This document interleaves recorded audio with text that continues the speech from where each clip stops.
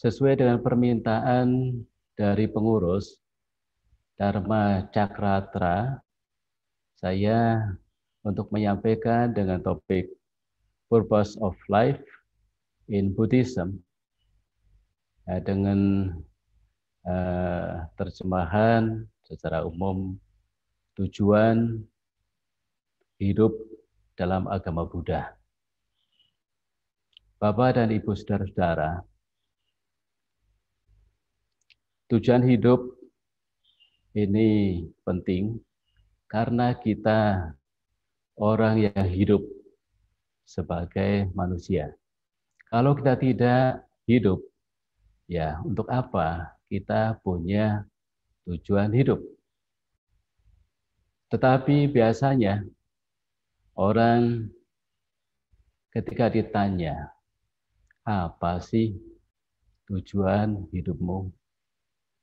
Kalau jawaban itu asal, bahkan bahasa asingnya sembrono, maka akan menjawab, ya apa ala kadarnya. Dan kadang-kadang jawaban itu tidak bisa diterima akal dan pikiran sehat kita.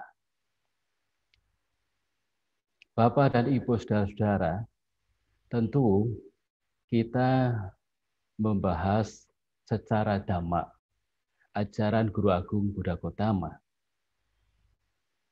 Guru Agung pernah menyatakan dalam sutta yang pendek,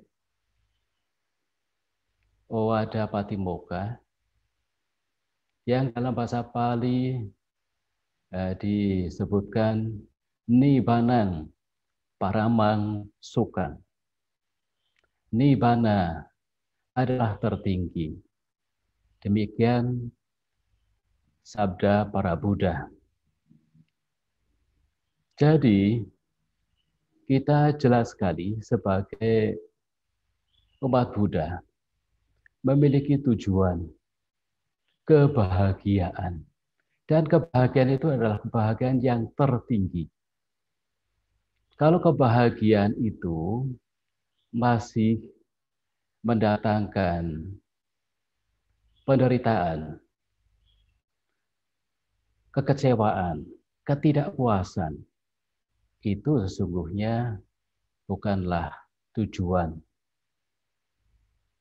Kebahagiaan seperti yang telah diamanatkan oleh Guru Agung Sang Buddha Gautama.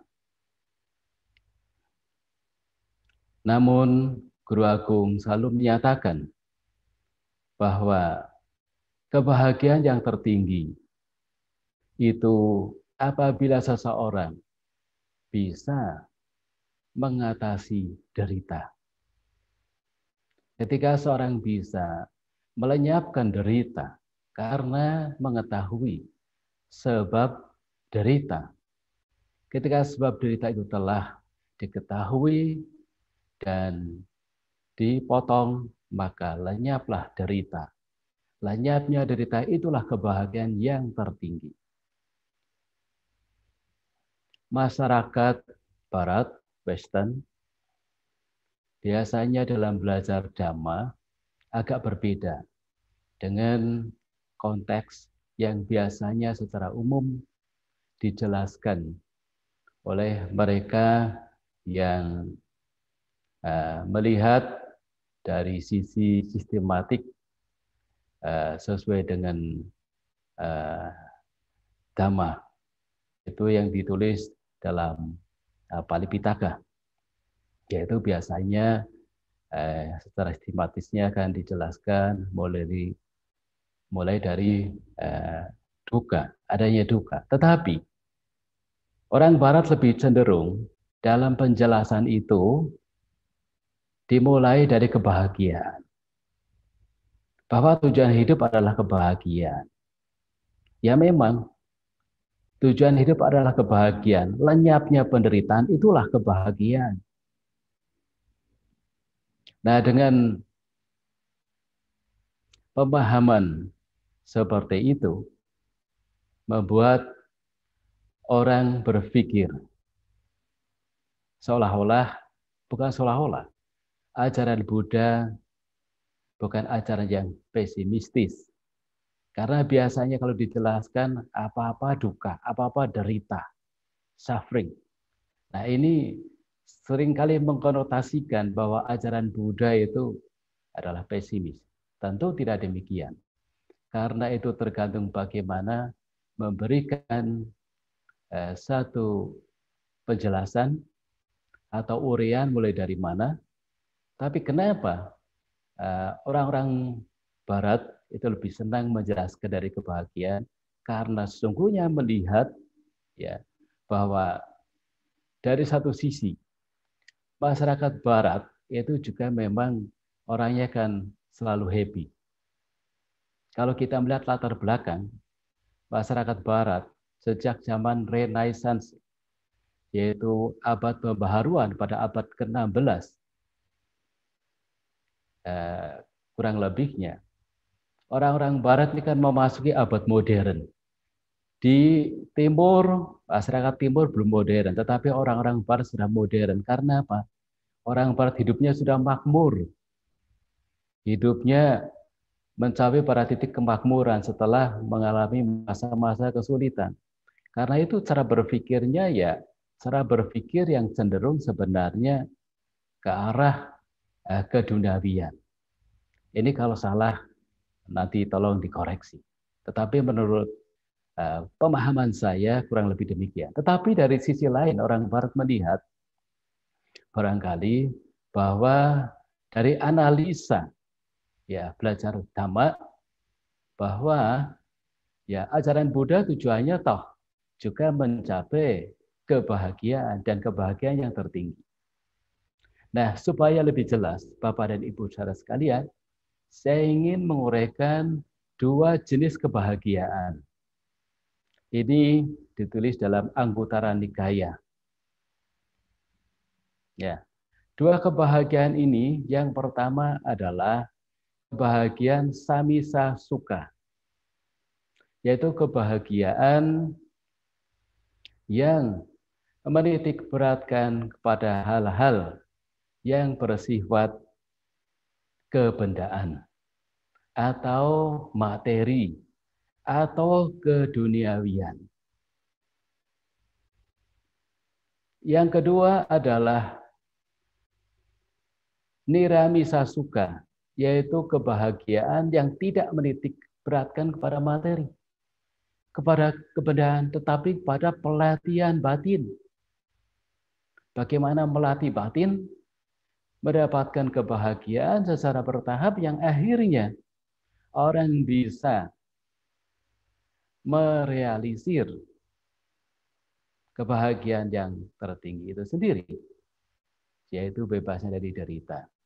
Nah, saya akan uraikan lebih detail lagi mengenai hal yang pertama, yaitu kebahagiaan samisa sukha yang sering disebut sebagai kebahagiaan bermata kail atau berumpan bermata kail. Kalau Bapak dan Ibu saudara-saudara ini senang atau hobi mancing, bagaimana pancing ya, pancingan itu ketika untuk memancing ikan. Nah, ketika ikan itu terpancing, maka mulutnya akan sobek ketika mendapatkan sedikit makanan yang ada di kail pancing itu, tetapi kemudian ikannya sobek-sobek mulutnya, bahkan juga mungkin kena matanya, ya, atau kena bagian tubuhnya. Itu artinya bahwa kebahagiaan yang jenis ini, apapun bentuknya, kebahagiaan yang bersifat materi, kebendaan, ini akan hanya bertahan sesaat, hanya akan bertahan sementara saja, yang kemudian akan didapatkan yaitu kekecewaan, ratap tangis, dan penderitaan. Nah, karena itu Guru Agung Sang Buddha Gautama tidak menganjurkan untuk memiliki kebahagiaan yang saat ini, yang sementara ini. Tidak merekomendasi guru agung kita. Karena apa? Karena kebahagiaan seperti apapun yang didapatkan, sebanyak apapun, kalau itu masih bersifat lahiriah, kebendaan, ya, materi, kenikmatan, kesenangan duniawi, kesenangan indriawi, itu akan mendatangkan kelekatan. Ketika kita melekat pada sesuatu, setelah kita menggandrungi, nanti kalau apa yang kita miliki itu berkurang, rusak dan hilang, itulah yang dikatakan sebagai kekecewaan. Nah, ini ditegaskan dalam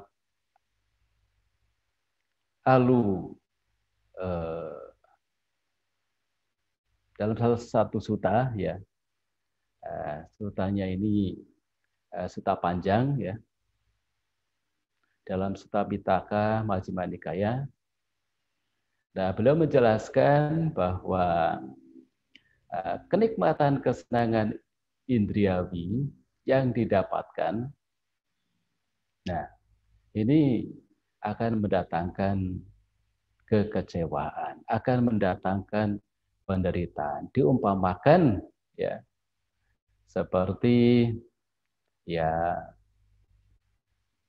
sebuah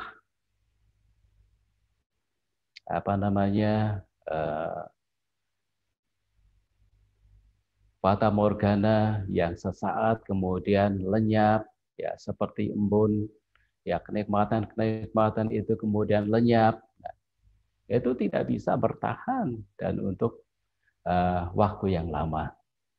Ya, karena itu Guru Agung Sang Buddha Gautama meminta kepada kita agar supaya kita ini, ya, mencari atau kita memiliki, ya, tujuan kebahagiaan, hendaknya kebahagiaan yang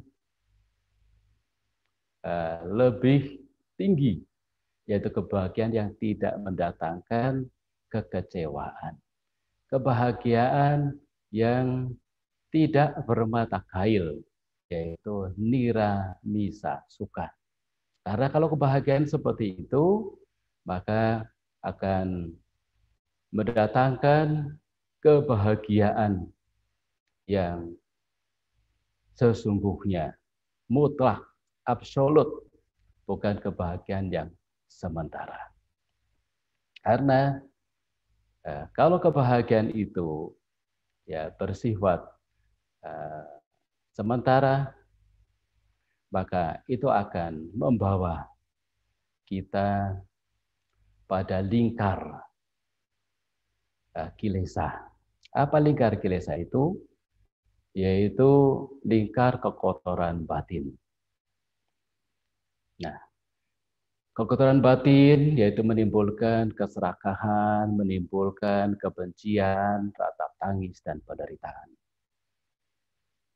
Nah, Bapak dan Ibu saudara-saudara, karena itulah dalam kita menentukan tujuan hidup kita, tentunya berdasarkan ajaran Guru Agung Sang Buddha Gautama. Namun meskipun demikian, kalau kita membaca, mempelajari suta-suta maupun juga komentar-komentar bahwa Sang Buddha sesungguhnya juga memberikan satu penghargaan kepada upasaka-upasika yang hidup dalam keluarga atau hidup sebagai perumah tangga. Bagaimana mendapatkan kebahagiaan itu, ya, kebahagiaan keluarga, kebahagiaan rumah tangga, tetapi juga secara berangsur-angsur Guru Agung itu selalu membimbing mereka agar supaya bisa keluar dari jerat kilesa, lingkar kilesa. Ya. Karena dengan demikian maka seseorang akan dapat membebaskan diri juga dari lingkar sangsarawata. Sangsarawata itu apa? Sangsarawata itu adalah lingkar pengelanaan, di mana kehidupan kita, ya semua makhluk itu sudah berkelana, ya sepanjang ya kehidupan dari kehidupan yang satu kehidupan yang lainnya tidak ada batasnya. Seakan-akan demikian. Karena ketika lahir dan mati secara berulang-ulang, maka tentunya itu semua karena kita masih ya di dalam lingkar kilesa wata maupun kita dalam lingkar sangsara. Nah, bagaimana seperti Guru Agung Buddha Gautama sendiri ya telah ya melewati dari satu kehidupan keduniawian, penderitaan dijalaninya dengan kesabaran, dan juga akhirnya dapat mengatasi kilesa wata, demikian juga sangsara wata, sehingga tidak terlahir kembali di kehidupan manapun, karena telah menjadi seorang sama Sambuddha. Demikian juga para siswa yang tadinya sebagai putujana batin biasa, tetapi karena ya mereka bertemu dengan ajaran Sang Buddha, belajar Dhamma, maka seseorang kemudian bisa keluar dari lingkar pengelanaan sangsara kehidupan yang terus ya dialami selama seorang belum memutuskan ya sebab-sebab daripada derita itu sendiri. Guru Agung Sang Buddha Gautama pernah memberikan perumpamaan seperti rakit, ya. Jadi seperti halnya seseorang itu melihat bahwa ada di tempat sini itu nggak nyaman, tidak aman, tidak membahagiakan, ya.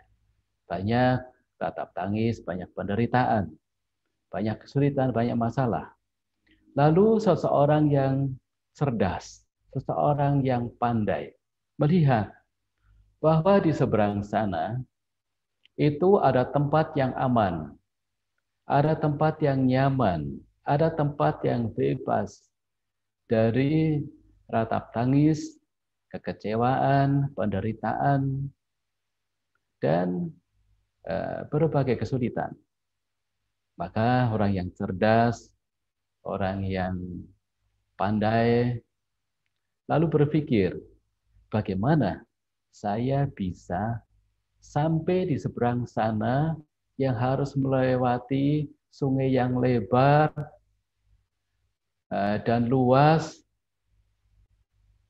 sedangkan untuk mencapai sana sekarang tidak ada kapal, tidak ada perahu. Nah, orang yang terampil, orang yang cerdas, orang yang pandai, kemudian berpikir, oh saya akan mengumpulkan ranting-ranting rumput, kayu-kayu, batang-batang kayu. Nah, ini semua dipakai. Untuk apa? Untuk membuat rakit. Lalu kemudian diikat satu dengan yang lainnya. Kayu-kayu, ranting-ranting, rumput, dahan-dahan. Dan setelah diperhitungkan bahwa ini cukup baik, ini cukup kuat, untuk dipakai menyeberang ke seberang sungai yang lebar, yang luas, Ini kemudian orang mulai menyeberang dengan menggunakan rakit, dengan menggunakan dayung, ya sebisanya, ya apa adanya, kemudian pelan-pelan merakit, menggunakan rakit, maksud saya, menggunakan rakit, kemudian pelan-pelan sampailah di seberang sana. Sesuai dengan tujuannya. Nah, sampai di seberang sana, maka rakit itu tentunya sudah bisa dipakai sebagai alat penyeberang. Nah, apakah rakit lantas itu kemudian lalu diangkat,